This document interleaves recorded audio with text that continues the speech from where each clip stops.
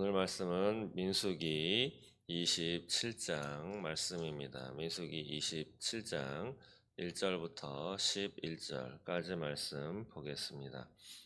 구약성경 242쪽 정도에 있습니다. 함께 보도록 하겠습니다. 요셉의 아들 므낫세 종족들에게 므낫세의 현손 마길의 증손 길르앗의 손자 헤벨의 아들 슬로보아세의 딸들이 찾아왔으니 그의 딸들의 이름은 말라와 노아와 호글라와 밀가와 디르사라. 그들이 회막문에서 모세와 제사장 엘르아살과 지휘관들과 온 회중 앞에 서서 이르되 우리 아버지가 광야에서 죽었으나 여호와를 거슬러 모인 고라의 무리에 들지 아니하고 자기 죄로 죽었고 아들이 없나이다. 어찌하여 아들이 없다고 우리 아버지의 이름이 그의 종족 중에서 삭제되리이까? 우리 아버지의 형제 중에서 우리에게 기업을 주소서 하매 모세가 그 사연을 여호와께 아뢰니라. 여호와께서 모세에게 말씀하여 이르시되 슬로보아 딸들의 말이 옳으니 너는 반드시 그들의 아버지의 형제 중에서 그들에게 기업을 주어 받게 하되 그들의 아버지의 기업을 그들에게 돌릴지니라. 너는 이스라엘 자손에게 말하여 이르기를 사람이 죽고 아들이 없으면 그의 기업을 그의 딸에게 돌릴 것이요 딸도 없으면 그의 기업을 그의 형제에게 줄 것이요 형제도 없으면 그의 기업을 그의 아버지의 형제에게 줄 것이요 그의 아버지의 형제도 없으면 그의 기업을 가장 가까운 친족에게 주어 받게 할지니라 하고 나 여호와가 너 모세에게 명령한 대로 이스라엘 자손에게 판결의 규례가 되게 할지니라. 아멘. 여기 보시면 거의 주인공이라고 할 수 있는 사람들이 여인들이죠. 바로 슬로보앗의 딸들이 등장을 합니다. 한 5명인가요? 하나, 둘, 셋, 넷, 다섯, 네. 5명의 슬로보앗의 딸들이 등장을 하죠. 이 앞서서는 이제 하나님께서 기업으로 땅을 이렇게 주기 위해서 인구를 조사하고 뭐 이런 것들이 앞에 나오는데 오늘 등장하는 슬로보앗의 딸들이 찾아왔습니다. 찾아온 그 이유가 무언가 하면 3절에 나오죠. 슬로보앗의 딸들이 자기 아버지가 광야에서 죽었는데 하나님을 거슬러 반역해서 죽임당한 고라의 무리에도 들지 아니했고 자기 죄로 자기 수명이 다해서 그 다음에 출애굽 1세대들은 다 싹 죽임을 당한다고 했죠. 거기에 속하여서 그렇게 이제 죽었다. 그런데 아들이 없다. 이 당시에 아들이 없으면 숫자를 계수할 때 누구를 기준으로 숫자를 세웠느냐? 바로 남자를 기준으로 숫자를 세웠죠. 그래서 남자가 없으면 아들이 없으면 숫자에 들지 못하고 그래서 땅을 기업으로 받지 못하게 되는 그런 안타까운 일들이 있었죠. 자녀가 없다면 모르겠지만 그 딸들만 있었던 이 5명의 슬로보아스의 딸들은 그래서 모세에게 가서 이야기를 합니다. 자기네 이제 가족이 사라지게 되었다. 우리에게도 기업을 주어야 하지 않겠습니까? 라고 모세에게 가서 이 자기네 사연을 이야기를 합니다. 그랬더니 모세는 어떻게 하는가? 바로 5절에 보시면 모세가 그 사연을 여호와께 아뢰니라. 모세는 이 당시에 이스라엘 백성 가운데 거의 절대 주권, 권력을 갖고 있었던 사람이 바로 모세입니다. 그리고 이미 하나님께서 이러저러한 율법을 주셨기 때문에 그 율법을 유추해서 비슷한 거 찾아가지고 적용을 하거나 약간 변형시켜서 적용을 하거나 아니면 아예 그냥 배제시키거나 아니면 다른 법을 이렇게 만들던지 그렇게 해서 이 슬로보아스의 딸들의 마음을 또 이 가정을 살펴줄 수도 있었습니다. 그렇게 하더라도 소위 그렇게 크게 문제가 될 일은 사실 없었을 것입니다. 왜냐하면 1인자였기 때문이죠. 모세가. 그리고 어려운 처지에 있는 사람들, 슬로보아스의 딸들, 이들을 돕기 위해서 어떠한 법을 제정했다. 고아와 과부와 나그네를 돌봐야 한다라고 하는 하나님의 그 말씀에 입각해서라도 그들을 돕기 위해서 내가 법을 만들었는데 이것이 무슨 죄책이 되겠는가 이렇게 생각할 수도 있었겠지만 모세는 그렇게 하지 않았다라고 하는 거죠. 어떻게 했냐? 하나님께 여쭈어 보았습니다. 하나님께 가져갔다 이 말이죠. 그랬더니 하나님 여호와께서 모세에게 말씀을 하시는데 7절 이하가 그 말씀이죠. 바로 슬로보아스의 딸들의 말들이 옳다라고 하나님께서 인정을 해주시고 그들의 아버지의 기업을 그들에게 돌려라. 그래서 그들이 기업을 있게 하고 가문을 종족을 이어갈 수 있도록 또 그들이 먹고 살아갈 수 있는 그런 터전 그의 그 딸들에게 주어라라고 하면서 한 가지의 법을 새로 제정해서 하나님께서 직접 모세에게 알려주시죠. 그 새로운 오늘날로 말하면 법률이죠. 새로운 규례가 8절부터 나오는데 어떠한 사람이 죽었습니다. 근데 그 아들이 없어요. 그러면 그 기업을 딸에게 돌리고 딸도 없으면 그의 형제에게 줄 것이고 그의 형제도 없으면 그의 아버지의 형제에게 줄 것이고 그의 아버지의 형제도 없으면 가장 가까운 친족에게 주어서 그것을 받게 하고 판결의 규례가 되게 하여라. 이것이 하나님이 새롭게 내려주신 규례, 법률인 것입니다. 그래서 이 가장 가까운 친족에게 주어야 하는 그냥 몰수하거나 사라지게 하는 것이 아니고 이러한 법률 누가 적용받았습니까? 바로 룻이 적용받았죠. 자기 고국 땅으로 돌아왔을 때 여자 혼자 있었기 때문에 그 기업 가장 가까운 친족에게 이렇게 밖에서 그런 규례가 그때에도 그대로 적용될 수 있었던 것이 바로 이 규례입니다. 오늘 주신 이 말씀에서 우리가 알 수 있는 것은 무엇인가 하면 또 깨달아야 하는 것은 모세와 같이 자신이 할 수 있음에도 불구하고 먼저 하나님께 여쭈어 보는 것입니다. 자신이 충분히 할 수 있고 그 옆에 동조자도 있고 또 구해 주어야 할 대상자도 있습니다. 그러나 이것을 자신 마음대로 자신의 의견대로 해결해 준 것이 아니고 먼저 하나님께 가져간 모세 이것이 바로 오늘 우리에게 필요한 예, 말씀인 것이죠.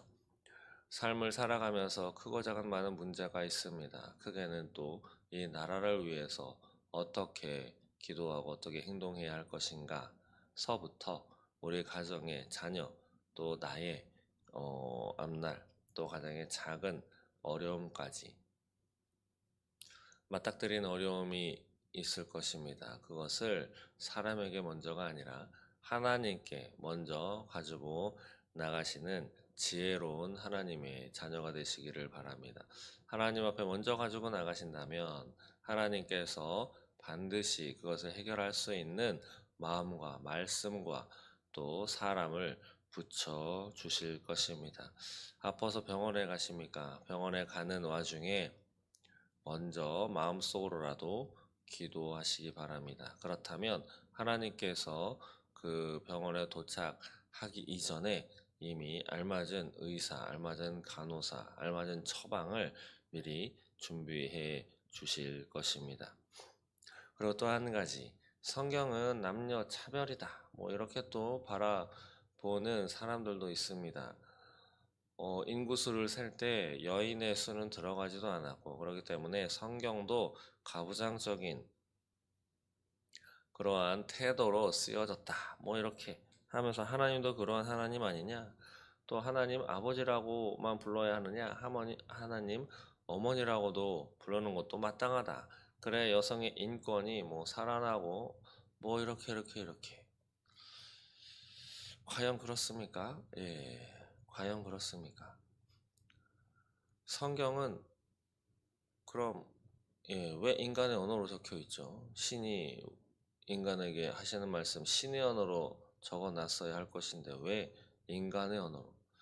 바로 우리들이 이해할 수 있도록 100% 이해할 수 있도록 모든 것을 세세하게 풀어서 주시지도 않았지만 사람이 우리가 받아들일 수 있도록 우리가 깨달을 수 있는 방법으로 하나님께서는 성경 말씀을 우리에게 허락해 주셨습니다. 하나님은 결코 남자와 여자를 차별하시는 분이 아닙니다. 다만 구별하시죠. 구분하십니다. 소중한 것, 소중하지 않은 것, 또 이것은 어디에 쓸 것, 이것은 저기에 쓸 것, 밖에 나가서 써야 하는 것, 집 안에서 쓰는 것, 다르게 구분해서 사용도 하고 하는 것이죠. 잠옷을 입고 바깥에, 얘가 좀 오늘날은 잘못하기도 했는데, 두꺼운 잠옷을 입고 밖에 나돌아다니는 사람들도 있기 때문이죠. 팬티만 입고 밖에 돌아다니지는 않습니다. 수영장은 가죠. 하나님은 그렇게 차별하는 분이 아닙니다. 만약에 하나님은 차별하시는 분이면 남자와 여자를 차별하시는 분이면 슬로보아스의 딸들이 찾아왔을 때 그들의 말 옳고 그르다 판단하기 이전에 싹을 잘라버렸을 수도 있습니다. 그러나 하나님은 오늘 본문 말씀을 보았을 때 그러한 분이 아니시죠. 이 딸들의 말이 옳다. 그러면서 그들에게 아버지의 기업을 물려주어라 라고 하시면서 새로운 율법, 규례를 정해서 모세에게 알려주셨습니다. 오늘 많은 교회에서도 소위 깨어나서 많이 운동도 하고 또 6월 달에 있는 퀴어 축제에 또 차별금지법 반대에 동성애 반대 물결로 거룩한 방파제 운동도 하는데 아직까지도 법률의 용어 때문에 잘 알지 못하는 사람들이 많이 있습니다. 바로 성평등이라고 하는 말이죠. 성평등. 그냥 성평등이라고 하면 남자와 여자의 성, 그걸 평등하게 다루자고 하는 것인데 그것이 무엇이 문제인가? 라고 생각하는 사람들이 아직 많이 있습니다. 그러나 거기에서의 말하는 성평등에서의 그 성, 한자로는 똑같이 성으로 쓸지 몰라도 거기서 이야기하는 성은 성적 취향, 그것을 뜻하는 것입니다. 우리가 기본적으로 생각하고 있는 남녀 평등, 이것은 과는 완전히 다른 개념의 용어를 쓰고 있는 것이죠. 그리고 남녀 평등, 남녀 차별, 이것도 인간들은 차별하지만 하나님의 기본 마음은 차별이 아닙니다. 다만 구별하시는 것이죠. 남자의 역할이 있고 여자의 역할이 따로 있다라고 하는 것입니다. 우리 오늘날 진짜 분별력을 가지고 살아야 합니다. 성경을 읽어도 같은 성경을 읽는데 어쩜 그렇게 다르게 생각을 하는지, 어쩜 그렇게 하나님을 다르게 보는지, 어떻게 똑같은 글자를 바라보면서 어떻게 그렇게 해석을 하는지, 비유적인 말씀도 아닌데 그것을 문화라고 하는 이름을 덧붙여가지고 그렇게 해석을 해서 적용을 하는지 참으로 알 길이 없습니다. 사단의 미혹에 많이들 넘어가서 그것에 앞잡이 노릇을 했던 많은 사상가들, 그리고 그들을 추종하는 세력들, 또 그들을 이어받아서 많이 퍼뜨리고 있는 그러한 많은 사람들의 소위 애씀으로 많은 안타까운 생명, 영혼들이 그것에 팔려가고 미혹되어서 많이들 넘어가고 있는 것이 현실입니다. 그것에 넘어가지 말아야 하겠습니다. 넘어갔다 하더라도 다시 제자리로 돌아와야 하겠습니다. 그것을 위한 일을 또한 우리가 해야 하겠죠. 그래서 거룩한 방파제에도 함께 모여서 기도하고 그들의 더럽고 추잡한 그러한 것들을 막아내야 할 것입니다. 오늘 말씀을 통해서 하나님은 남녀를 차별하는 분이 아니고 누구나 다 하나님의 자녀로 인정을 하면서 굶어 죽게 만드시는 분이 아니고 새로운 규례를 만드시면서까지 그렇게 보호하시고 돌보시는 분이다. 참으로 공정하신 하나님이다라고 하는 것. 그리고 또 한 가지, 무언가 문제가 생겼을 때 자신의 권력, 자신의 지위를 이용하거나 그 자리에서 할 수 있는 자신의 것으로 문제의 해결책을 만들어서 나아가는 것이 아니라 먼저 하나님 앞에 물어보고 하나님의 뜻을 살펴본 모세의 이 태도를 우리는 본받아야 할 것입니다. 그래서 오늘도 하나님 앞에 질문해 가면서, 그러려면 기도를 해야 되겠죠. 기도하면서 하나님으로부터 받은 분별력을 가지고 오늘 하루 정말 그리스도인으로 잘 살아내시기를 주님의 이름으로 축원드립니다. 기도하겠습니다. 하나님, 하나님의 나라는 침노하는 자들의 것이라 하였습니다. 자신들의 기업이 사라질 위기에 처한 슬로보아스의 딸들이 그냥 단념하지 않고 모세를 찾아가서 자신의 사정을 이야기하는 것과 같이 오늘날 모든 우리의 문제, 모든 나의 문제를 하나님께 아뢰일 수 있는 담대한 믿음을 허락하옵소서. 또한 하나님의 말씀을 잘 분별하여 지혜롭게 적용할 수 있는 힘과 능력을 허락하여 주시옵소서. 나와 또 내가 속한 공동체의 그런 지체들이 불합리한 고집과 교만으로 하나님의 뜻을 거스르지 않도록 함께 기도하며 새롭게 변화되게 하옵소서. 또한 무엇보다 하나님 앞에 먼저 물어보고 하나님 앞에 먼저 기도함으로 하나님의 뜻을 살필 줄 아는 지혜로운 하나님의 자녀로서 살아갈 수 있도록 주님 인도하여 주시옵소서. 감사합니다. 예수님의 이름으로 기도드립니다. 아멘.